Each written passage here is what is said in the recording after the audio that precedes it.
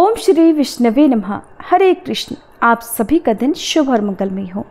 आज दिनांक है 10 मई और दिन है शनिवार और आज वैशाख मास के शुक्ल पक्ष की त्रयोदशी तिथि शाम 5:29 तक समाप्त हो जाएगी। इसके बाद से चतुर्दशी तिथि प्रारंभ होगी। आज वैशाख मास का 28वां दिन है और आज शनिवार भी है। ऐसे में आज के अध्याय का शुभारंभ करते हैं श्री दशरथ कृत शनि स्तोत्र से और शनिदेव की कथा से। दशरथ कृत शनि स्तोत्र हिंदी में। जिनके शरीर का वर्ण कृष्ण नील तथा भगवान शंकर के समान है, उन शनिदेव को नमस्कार है। जो जगत के लिए कालाग्नि और कृतांत रूप हैं, उन शनैश्चर को बारंबार नमस्कार है। जिनका शरीर कंकाल जैसा मांसहीन तथा जिनकी दाढ़ी मूछ और जटा बड़ी हुई है, उन शनिदेव को नमस्कार है। जिनके बड़े बड़े नेत्र, पीठ में सटा हुआ पेट और भयानक आकार है, उन शनैश्चर देव को नमस्कार है। जिनके शरीर का ढांचा फैला हुआ है, जिनके रोएं बहुत मोटे हैं, जो लंबे चौड़े किंतु सूखे शरीर वाले हैं और जिनकी दाढ़ें काल रूप हैं, उन शनिदेव को बारंबार प्रणाम है। हे शनैः, आपके नेत्र कोटर के समान गहरे हैं। आपकी ओर देखना कठिन है। आप घोर रौद्र भीषण और विकराल हैं। आपको नमस्कार है। वलीमुख, आप सब कुछ भक्षण करने वाले हैं। आपको नमस्कार है। सूर्यनंदन, भास्कर पुत्र, अभय देने वाले देवता, आपको प्रणाम है। नीचे की ओर दृष्टि रखने वाले शनिदेव, आपको नमस्कार है। संवर्तक, आपको प्रणाम है। मंद गति से चलने वाले शनैश्चर, आपका प्रतीक तलवार के समान है। आपको पुनः पुनः प्रणाम है। आपने तपस्या से अपनी देह को दग्ध कर लिया है। आप सदा योगाभ्यास में तत्पर, भूख से आतुर और अतृप्त रहते हैं। आपको सदा सर्वदा नमस्कार है। ज्ञान नेत्र, आपको प्रणाम है। काश्यप नंदन सूर्यपुत्र शनिदेव, आपको नमस्कार है। आप संतुष्ट होने पर राज्य दे देते हैं और रुष्ट होने पर उसे तत्काल हर लेते हैं। देवता, असुर, मनुष्य, सिद्ध, विद्याधर और नाग, ये सब आपकी दृष्टि पड़ने पर समूल नष्ट हो जाते हैं। देव, मुझ पर प्रसन्न होइए। मैं वर पाने के योग्य हूँ और आपकी शरण में आया हूँ। पौराणिक कथा के अनुसार एक बार स्वर्गलोक में सबसे बड़ा कौन, इस प्रश्न पर सभी 9 ग्रहों में वाद विवाद हो गया। सभी ग्रह एक दूसरे से कहने लगे कि मैं सबसे बड़ा, और इस पर विवाद इतना बढ़ गया कि परस्पर भयंकर युद्ध की स्थिति जैसी बन गई। कोई हल ना निकलता देखकर सभी 9 ग्रहों के देवता देवराज इंद्र के पास जा पहुँचे और कहने लगे, हे देवराज, अब तो आपको ही निर्णय करना होगा कि हम में से सबसे बड़ा कौन है। देवताओं का प्रश्न सुनकर देवराज इंद्र भी उलझन में पड़ गए। तब देवराज इंद्र कहने लगे, हे नवग्रहों, आपके प्रश्न ने तो मुझे भी उलझन में डाल दिया है। मैं इस प्रश्न का उत्तर देने में असमर्थ हूँ। हम सभी पृथ्वी लोक में उज्जैनी नगरी में राजा विक्रमादित्य के पास चलते हैं। इस प्रकार देवराज सहित सभी 9 ग्रहों के देवता उज्जैनी नगरी में जा पहुँचे। महल में पहुंचकर जब देवताओं ने उनसे अपना प्रश्न पूछा, तब राजा विक्रमादित्य भी कुछ देर के लिए परेशान हो उठे, क्योंकि सभी देवतागण अपनी अपनी शक्तियों के कारण महान थे। सभी नवग्रहों में से किसी भी एक को छोटा या बड़ा कह देने से उनके क्रोध का शिकार होना पड़ सकता था। अचानक राजा विक्रमादित्य को एक उपाय सूझा, क्योंकि राजा विक्रमादित्य को न्याय के लिए जाना जाता था। इसलिए उन्होंने न्याय करने के लिए विभिन्न धातुओं अर्थात स्वर्ण, रजत, कांसा, ताम्र, शीशा, रांगा, जस्ता, अभ्रक और लोहे के 9 आसन बनवाए। धातुओं के गुणों के अनुसार सभी आसनों को एक दूसरे के पीछे रखवाकर उन्होंने सभी देवतागणों को अपने अपने सिंहासन पर बैठने के लिए कहा। देवताओं के बैठने के बाद राजा विक्रमादित्य ने कहा, आपका निर्णय तो स्वयं हो गया। जो सबसे पहले सिंहासन पर विराजमान है, वही सबसे बड़ा है। राजा विक्रमादित्य के निर्णय को सुनकर शनि देवता ने सबसे पीछे आसन पर बैठने के कारण अपने आप को छोटा जानकर क्रोधित होकर कहा, हे राजा विक्रमादित्य, तुमने मुझे सबसे पीछे बैठाकर मेरा अपमान किया है। तुम मेरी शक्तियों से परिचित नहीं हो। मैं तुम्हारा सर्वनाश कर दूंगा। तब शनिदेव ने कहा, सूर्य एक राशि पर 1 महीने, चंद्रमा 2.25 दिन, मंगल 1.5 महीने, बुध और शुक्र 1 महीने, बृहस्पति 13 महीने रहते हैं, लेकिन मैं किसी राशि पर 7.5 वर्ष अर्थात 7.5 जिसे कहते हैं तक रहता हूँ। बड़े बड़े देवताओं को मैंने अपने प्रकोप से पीड़ित किया है। यहाँ तक कि श्री राम को भी 7.5 के कारण ही वन में जाकर रहना पड़ा था। रावण को 7.5 के कारण ही युद्ध में मृत्यु का शिकार बनना पड़ा। हे राजा, अब तू भी मेरे प्रकोप से नहीं बच सकेगा। इसके बाद अन्य ग्रहों के देवता तो बड़ी प्रसन्नता के साथ वहां से चले गए, परंतु शनिदेव बड़े क्रोध के साथ वहां से विदा हुए। राजा विक्रमादित्य पहले की तरह ही न्याय करते रहे। उनके राज्य में सभी स्त्री पुरुष बड़े आनंद से अपना जीवन यापन कर रहे थे। इस प्रकार कुछ दिन ऐसे ही सुकून से बीत गए, लेकिन उधर शनि देवता अभी तक अपने अपमान को नहीं भूल पाए थे। राजा विक्रमादित्य से बदला लेने के लिए एक दिन शनिदेव ने घोड़े के व्यापारी का रूप धारण किया और बहुत से घोड़ों के साथ उज्जैनी नगरी में जा पहुंचे। राजा विक्रमादित्य ने अपने राज्य में किसी घोड़े के व्यापारी के आने का समाचार सुना, तो उन्होंने भी अपने अश्वपाल को कुछ घोड़े खरीदने के लिए भेज दिया, क्योंकि राजा को घोड़े पालने का भी शौक था। अब घोड़े तो बहुत कीमती थे। अश्वपाल ने जब वापस लौटकर इस बारे में राजा विक्रमादित्य को बताया, तो राजा ने स्वयं आकर एक सुंदर और शक्तिशाली घोड़े को पसंद कर लिया। घोड़े की चाल देखने के लिए राजा उस घोड़े पर सवार हुए, तो वो घोड़ा तो बिजली की गति से दौड़ पड़ा। तेजी से दौड़ता हुआ घोड़ा राजा को दूर एक जंगल में ले गया और फिर वहां राजा को गिराकर जंगल में कहीं गायब हो गया। अब राजा अपने नगर को लौटने के लिए जंगल में ही भटकने लगा, लेकिन उन्हें लौटने का कोई रास्ता ही नहीं मिला। भटकते भटकते जंगल में इस प्रकार राजा को जोर से भूख प्यास लगने लगी। काफी दूर तक भटकने के बाद आखिरकार राजा को एक चरवाहा मिला। राजा ने उससे पानी मांगा। पानी पीकर राजा ने उस चरवाहे को अपनी अंगूठी दे दी। फिर उससे रास्ता पूछकर वो जंगल से निकलकर पास के ही एक नगर में जा पहुंचा।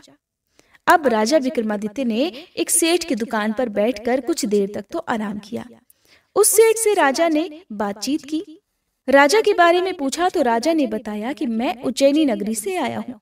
राजा की कुछ देर दुकान पर बैठने से अब सेठ जी को बहुत बिक्री हुई। सेठ जी ने राजा को बड़ा भाग्यवान समझा कि इन्हीं के कारण आज मेरी दुकान में सबसे ज्यादा बिक्री हुई है, तो उन्होंने खुश होकर राजा को अपने घर पर भोजन के लिए आमंत्रित कर दिया और उन्हें अपने घर ले गए। सेठ के घर में सोने का एक हार खूंटी पर लटका हुआ था। राजा को उस कमरे में छोड़कर सेठ कुछ देर के लिए बाहर चला गया। तभी एक आश्चर्यजनक घटना घटी। राजा विक्रमादित्य के देखते ही देखते सोने के उस हार को खूंटी ने निगल लिया। वापस लौटकर सेठ ने देखा कि हार तो वहां पर था नहीं।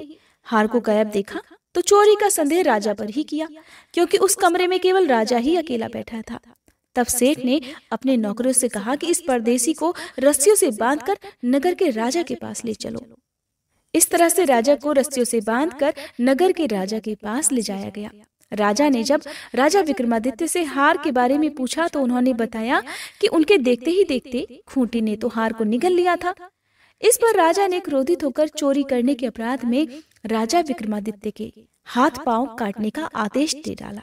किसी ने भी राजा की बात का विश्वास नहीं किया। इस तरह से राजा विक्रमादित्य के हाथ पांव काटकर उन्हें नगर की सड़क पर छोड़ दिया गया। कुछ दिनों के बाद एक तेली उन्हें उठाकर अपने घर ले गया और उन्हें अपने कोलू पर बैठा दिया।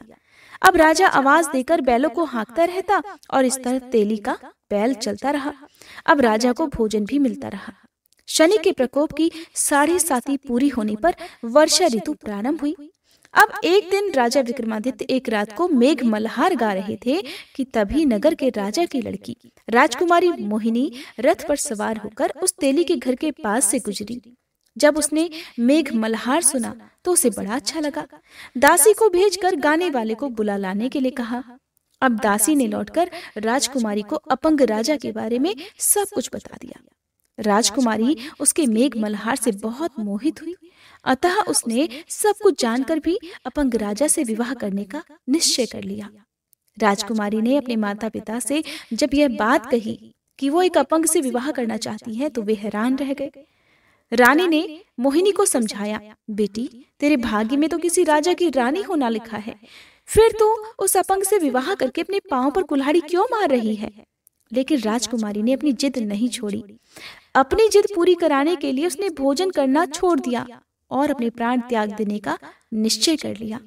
आखिरकार राजा और रानी को विवश होकर अपंग विक्रमादित्य से अपनी राजकुमारी का विवाह करना ही पड़ा। विवाह के बाद राजा विक्रमादित्य और राजकुमारी उसी तेली के घर में रहने लगे। उसी रात स्वप्न में शनिदेव ने राजा से कहा, हे राजा, तुमने मेरा प्रकोप देख लिया, मैंने तुम्हें अपने अपमान का दंड दिया है। इस प्रकार राजा ने शनिदेव से क्षमा करने को कहा और प्रार्थना करते हुए कहने लगे, हे शनिदेव, आपने जितना दुख मुझे दिया है किसी और को कभी मत देना। तब शनिदेव ने कुछ सोचकर कहा, हे राजा, मैं तुम्हारी प्रार्थना स्वीकार करता हूँ। जो कोई स्त्री पुरुष मेरी पूजा करेगा, शनिवार को व्रत करके मेरी व्रत कथा सुनेगा, उस पर मेरा आशीर्वाद सदा बना रहेगा। इस प्रकार प्रातः काल जब राजा विक्रमादित्य की नींद खुली तो उसने अपने हाथ पांव सही सलामत देखे। ये देखकर राजा को बड़ी खुशी हुई। उसने मन ही मन शनिदेव को प्रणाम किया। राजकुमारी भी राजा के हाथ पांव सही सलामत देखकर आश्चर्य में डूब गई। तब राजा विक्रमादित्य ने अपना असली परिचय देते हुए शनिदेव के प्रकोप की सारी कहानी रानी को कह सुनाई। सेठ को जब इस बात का पता चला तो वो दौड़ा दौड़ा तेली के घर पहुंच गया। राजा के चरणों में गिरकर क्षमा मांगने लगा। राजा ने उसे क्षमा कर दिया क्योंकि ये सब तो शनिदेव के प्रकोप के कारण हुआ था। सेठ राजा को अपने घर ले गया और उन्हें भोजन कराया। भोजन कराते समय वहां एक आश्चर्यजनक घटना घटी। सबके देखते देखते उस खूंटी ने हार उगल दिया। ये देखकर सेठ बड़ा प्रसन्न हुआ और सेठ ने अपनी बेटी का विवाह भी राजा के साथ कर दिया। बहुत सारे स्वर्ण आभूषण और धन आदि देकर राजा को अपनी बेटी के साथ विदा कर दिया। अब राजा विक्रमादित्य राजकुमारी मोहिनी और सेठ की बेटी के साथ उज्जैनी नगरी में पहुंचे तो नगर वासियों ने बड़ी खुशी से उनका स्वागत किया। अगले दिन राजा विक्रमादित्य ने पूरे राज्य में घोषणा करा दी कि शनिदेव सभी देवों में सर्वश्रेष्ठ हैं, इसलिए हर स्त्री और पुरुष शनिवार को उनका व्रत करें और व्रत कथा अवश्य सुने। राजा विक्रमादित्य की घोषणा से शनिदेव बड़े प्रसन्न हुए। शनिवार का व्रत करने और व्रत कथा सुनने के कारण सभी लोगों की मनोकामनाएं शनिदेव की कृपा से पूरी होने लगी। सभी लोग बड़े आनंद पूर्वक रहने लगे। बोली शनि देवता की जय। अब सुनिए आज का महात्म्य। आज का अध्याय प्रारंभ करने से पहले आपको सुनाते हैं शालिग्राम भगवान की कहानी। आप सभी श्रद्धा और विश्वास के साथ इस कहानी को पूरा जरूर सुनिएगा। किसी गांव में एक बुढ़िया माँ थी। उन्होंने शालिग्राम जी की सेवा का संकल्प लिया हुआ था और वह प्रतिदिन नियम से शालिग्राम भगवान की सेवा किया करती थी। कार्तिक मास में एक बार वह गंगा स्नान का विचार कर अपनी पड़ोसन से कहने लगी, बहन, मैं गंगा जी स्नान करने जा रही हूँ, तुम मेरे शालिग्राम जी को रख लो और जब तक मैं नहीं आऊं तब तक उनकी सेवा कर देना। पड़ोसन ने जब ये सुना तो उसे बड़ी प्रसन्नता हुई कि उसे भगवान शालिग्राम जी की सेवा पूजा का शुभ अवसर मिल रहा है, इसलिए उसने हाँ तो भर दी। लेकिन थोड़ी देर के बाद वह चिंता में डूब गई और फिर कहने लगी, बहन, मैं शालिग्राम भगवान जी को रख तो लूंगी, लेकिन मुझे तो उनकी सेवा पूजा करना आती ही नहीं, तो भला मैं कैसे करूंगी। तब पड़ोसन की बात सुनकर बुढ़िया माँ उसे समझाते हुए कहने लगी कि इनको सुबह सवेरे उठा देना, नदी से लोटा भरकर पानी लाना, आते समय बगीचे से फूल और तुलसी भी लेते आना, भगवान को जल और कच्चे दूध से स्नान कराना, चंदन लगाकर पुष्प और तुलसी चढ़ाना, दूध का भोग लगाना और दोपहर को रसोई में जो भी बने उसका भोग लगा देना, शाम को दिया जलाना और रात को सोते समय शालिग्राम जी को भी सुला देना। बस ऐसे ही पूजा करनी है। इतना कहकर वह बुढ़िया माँ पड़ोसन को शालिग्राम जी देकर गंगा जी स्नान करने को चली गई। इधर अपने घर में शालिग्राम जी को पाकर पड़ोसन बहुत उत्साह में थी। पड़ोसन ने सब कुछ बुढ़िया माँ के कहे अनुसार किया। सवेरे उठते ही शालिग्राम भगवान जी को भी आवाज लगा दी कि भगवान उठ जाइए, सुबह हो गई। उसके बाद वह बड़ी खुशी खुशी नदी से लोटा भरकर जल ले आई। आते समय बगीचे से फूल और तुलसी भी लेती आई। भगवान को जल और कच्चे दूध से स्नान कराया, चंदन लगाकर फूल और तुलसी चढ़ाई। उसके बाद उसने दूध का भोग लगा दिया। फिर वह दोपहर का भोजन बनाने में लग गई। भोजन बनाकर उसने भगवान को भोग भी लगा दिया। भोग लगाते समय उसने देखा कि उसके द्वारा अर्पित किया गया दूध तो कटोरे में वैसा ही पड़ा है। उसने सोचा कि भोग लगाने का समय हो गया है तो भोग लगा देती हूँ, हो सकता है भगवान भोग के साथ ही दूध पीते हों। थोड़ी देर के बाद उसने फिर से जाकर देखा तो दूध और उसके द्वारा अर्पित किया गया भोग वैसे ही पड़ा हुआ था जैसा वो रख कर गई थी। तब वह भगवान से हाथ जोड़कर कहने लगी, भगवान दूध भी पी लो और भोजन भी कर लो। अगर आप भोजन करेंगे और दूध पिएंगे तभी मैं भोजन कर पाऊंगी। इतना कहकर वह फिर से घर के कामकाज में लग गई। थोड़ी देर के बाद वापस आकर देखा कि भगवान ने तो दूध भी नहीं पिया और न ही भोजन किया। ये देखकर अब तो पड़ोसन चिंता करने लगी। फिर वह हाथ जोड़कर भगवान से कहने लगी, हे भगवान, आपकी मालकिन आएगी तो कहेगी कि तूने मेरे भगवान को दुबला कर दिया, और अभी तो भगवान पूरा 1 महीना बाकी है और आज तो केवल पहला ही दिन हुआ है, आपने कुछ भी नहीं खाया पिया। अगर आप भोजन कर लो तभी तो मैं भी भोजन कर पाऊंगी। लेकिन भगवान ने ना तो दूध पिया और ना ही भोजन किया, करते भी कैसे? उधर वह पड़ोसन भी भूखी ही बैठी रही। बीच बीच में आकर वह देखती जाती कि भगवान ने भोजन किया कि नहीं किया, और जब देखती कि सब कुछ वैसा ही रखा हुआ है तो वह भगवान से जीमने के लिए प्रार्थना करने लगी। धीरे धीरे इसी तरह से शाम हो गई। भगवान शालिग्राम जी ने सोचा कि अब तो इसे दर्शन देने ही पड़ेंगे, नहीं तो ये बेचारी तो सारा दिन और सारी रात भूखी ही बैठी रहेगी। ऐसा सोचकर भगवान छोटा सा मोर मुकुट पीतांबरधारी रूप धारण करके पाटे पर जाकर बैठ गए। दूध पी लिया और भोजन भी कर लिया। अब तो रोज ऐसे ही होने लगा। एक दिन भगवान ने पड़ोसन से कहा कि मैं गाय चरा लाऊं। तो पड़ोसन कहने लगी, अरे थोड़े ही दिन तो रहोगे, क्यों जाते हो? पर भगवान नहीं माने। हाथ में सोने की लाठी, कंधे पर हीरे मोती का जड़ा पीतांबर डालकर चले गए गाय चराने। दिन भर गाय चराई और शाम को गोधूली बेला में गाय लेकर वापस भी आ गए। अब तो रोज ही रोज पड़ोसन के घर में ऐसा होने लगा। भगवान रोज दूध पीने लगे और भोजन करने के बाद गाय चराने चले जाते और शाम को गोधूली बेला में वापस भी आ जाते। इसी तरह धीरे धीरे करके कार्तिक मास बीत गया।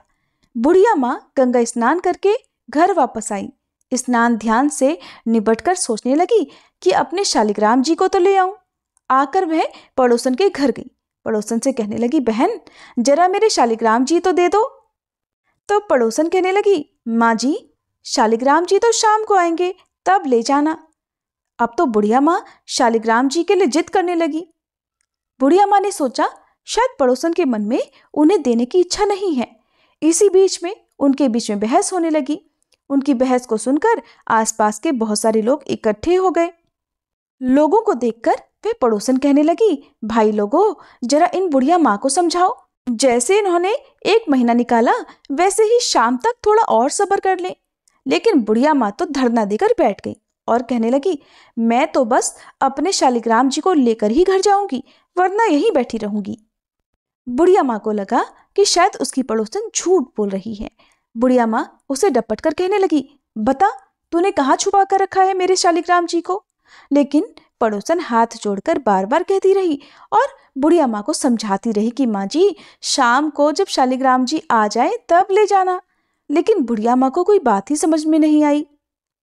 और इधर जब शाम हुई तो भगवान जी गाय चराकर वापस आए और गाय को उसकी जगह पर छोड़कर भगवान उस पड़ोसन के घर के मंदिर में खुद ही विराजित हो गए। ये देखकर पड़ोसन बुढ़िया माँ से बोली, माँ जी आ गए आपके शालिग्राम जी, लो अब ले जाओ अपने भगवान जी। पड़ोसन ने तो कह दिया, लेकिन बुढ़िया माँ को भगवान जी दिखाई ही नहीं दिए। उसे कुछ भी समझ में नहीं आया। तब बुढ़िया माँ बोली, तू इतनी देर से मना क्यों कर रही थी? जरूर तूने ही कहीं छुपा कर रखा था मेरे भगवान को। और बुढ़िया माँ भगवान जी को इधर उधर ढूंढने लगी, लेकिन पड़ोसन को तो सामने ही भगवान जी दिखाई दे रहे थे। बुढ़िया माँ की बात सुनते ही पड़ोसन को सब समझ में आ गया। खुशी के मारे उसकी आंखों से आंसू बह निकले। उसने भगवान के सामने हाथ जोड़ लिए और फिर वह भगवान जी से बोली, भगवान मुझे तो आपने दर्शन दे दिए, अब इन बुढ़िया माँ को भी अपना रूप दिखा दो, नहीं तो ये मुझ पर शक ही करती रहेंगी। अब तो भगवान को पड़ोसन की बात माननी ही पड़ी और पड़ोसन की बात मानकर भगवान ने मोर मुकुट पीतांबर धरा हाथ में सोने की लाठी ली और फिर बुढ़िया माँ को भी दर्शन दे ही दिए। बुढ़िया माँ ये सब देखकर हैरान रह गई।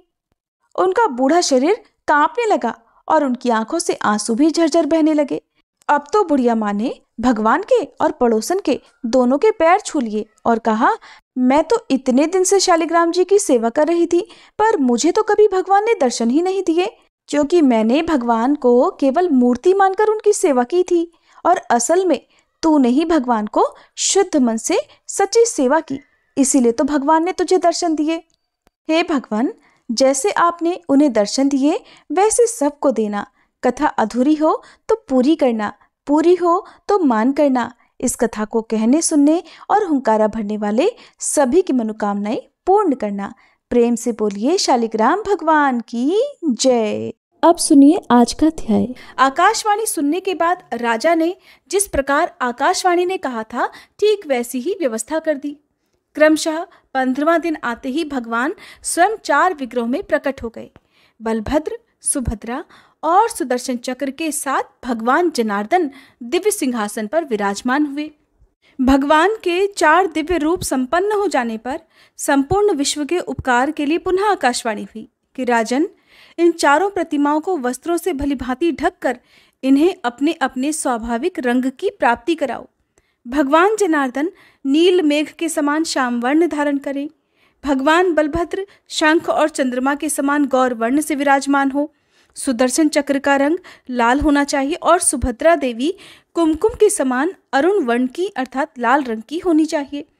इन विग्रहों पर पहले का किया हुआ रंग आदि संस्कार छूटने पर हर वर्ष नूतन संस्कार कराना चाहिए। केवल दिव्य वल्कल लेप रहने देना चाहिए।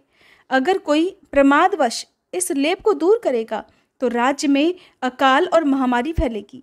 राजन, तुम्हें भी नग्न रूप में इन मूर्तियों का कभी दर्शन नहीं करना चाहिए। अगर मनुष्य भी यदि नग्न रूप में इन्हें देखेंगे तो उनके लिए भी ये भय उपस्थित करने वाली होंगी। नाना प्रकार के लेप से लिप्त और विचित्र श्रृंगारों से युक्त मूर्तियों का ही दर्शन करना चाहिए।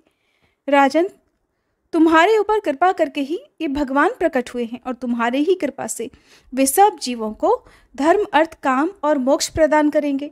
नीलाचल पर कल्प वृक्ष के वायव्य कोण में 100 हाथ की दूरी पर और भगवान नरसिंह के उत्तर भाग में जो बहुत बड़ा मैदान है, उसमें अत्यंत सुदृढ़ और 1000 हाथ ऊंचा मंदिर बनवाकर उसी में भगवान की स्थापना करो।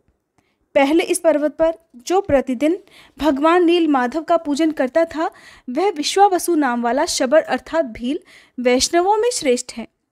उसके साथ तुम्हारे पुरोहित की मित्रता हो चुकी है।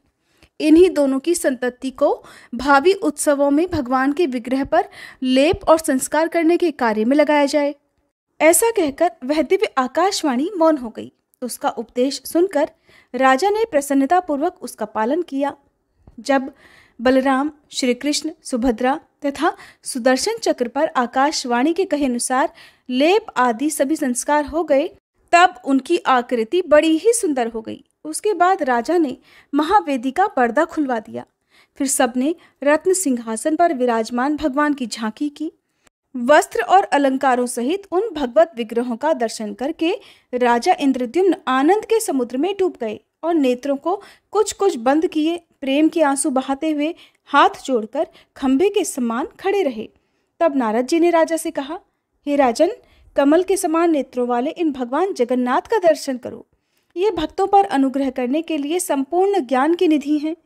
इन्हीं श्रीहरि को देखने के लिए योगी लोग मन को संयम में रखकर सदा प्रयत्न करते रहते हैं। वे ही भगवान विष्णु आज काष्ठमय शरीर में स्थित होकर तुम पर अनुग्रह करने के लिए प्रत्यक्ष हुए हैं। इन करुणा सागर भगवान की स्तुति करो। नारद जी के द्वारा इस प्रकार सचेत किए जाने पर राजा इंद्रद्युम्न ने करुणामय जगन्नाथ जी की स्तुति की कि हे दया सागर मुरारे, कहाँ तो ब्रह्मा, रुद्र तथा इंद्र के मुकुटों में मगन हुए आपके निर्मल युगल चरणारविंद और कहाँ मल, मूत्र, रक्त, मांस और हड्डियों से बना और चमड़े से ढका हुआ मुझ दीन का ये अधम शरीर।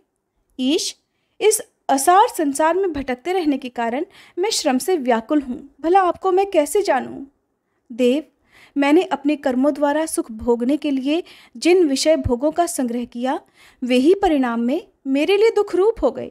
इसलिए मेरे समान दुखी दूसरा कोई नहीं है। प्रभु, अगर मैंने पहले कभी मन से आपकी उपासना की होती तो दुख भोगने के लिए मुझे नाना प्रकार के जन्म क्यों प्राप्त होते? मुरारे, क्या आपके चरणारविंदों से दूर रहने का ही ये फल नहीं है?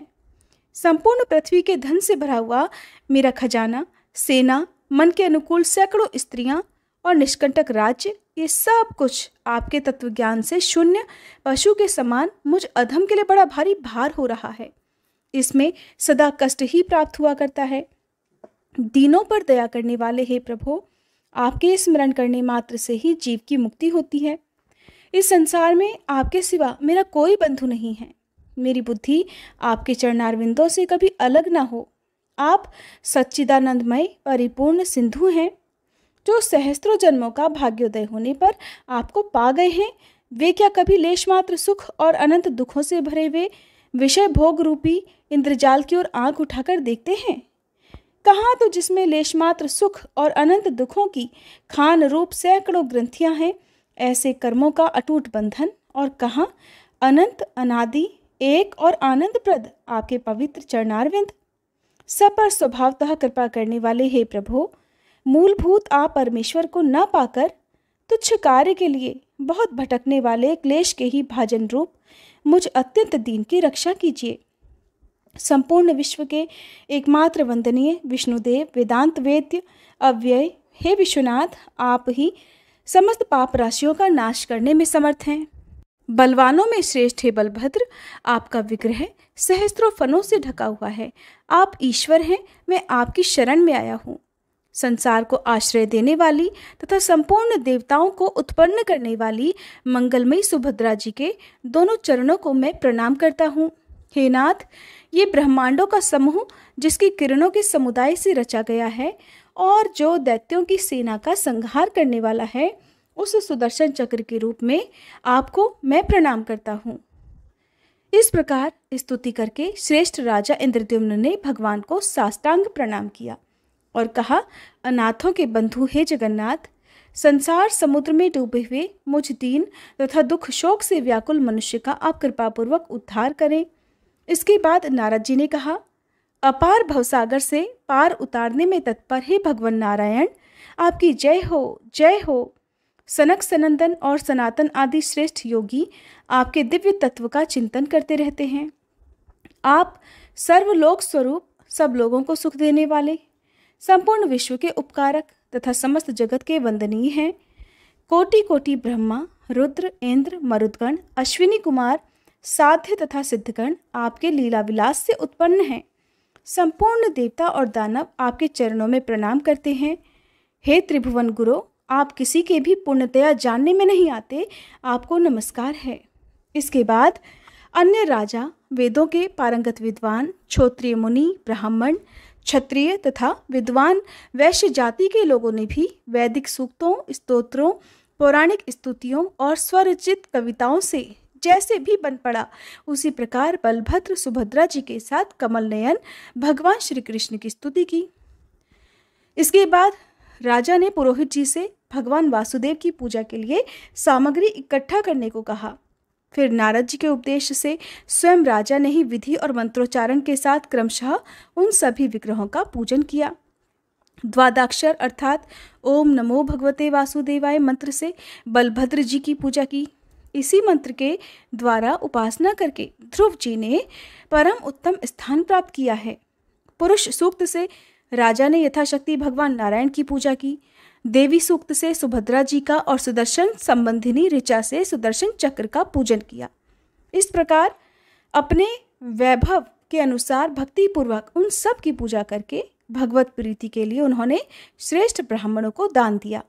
इसके बाद राजा ने शुभ समय और शुभ नक्षत्र में नारद आदि श्रेष्ठ ब्राह्मणों की पूजा करके स्वस्ति वाचन कराया और जगन्नाथ जी का स्मरण करते हुए वास्तु पूजन पूर्वक शिल्पी जी का भी पूजन किया।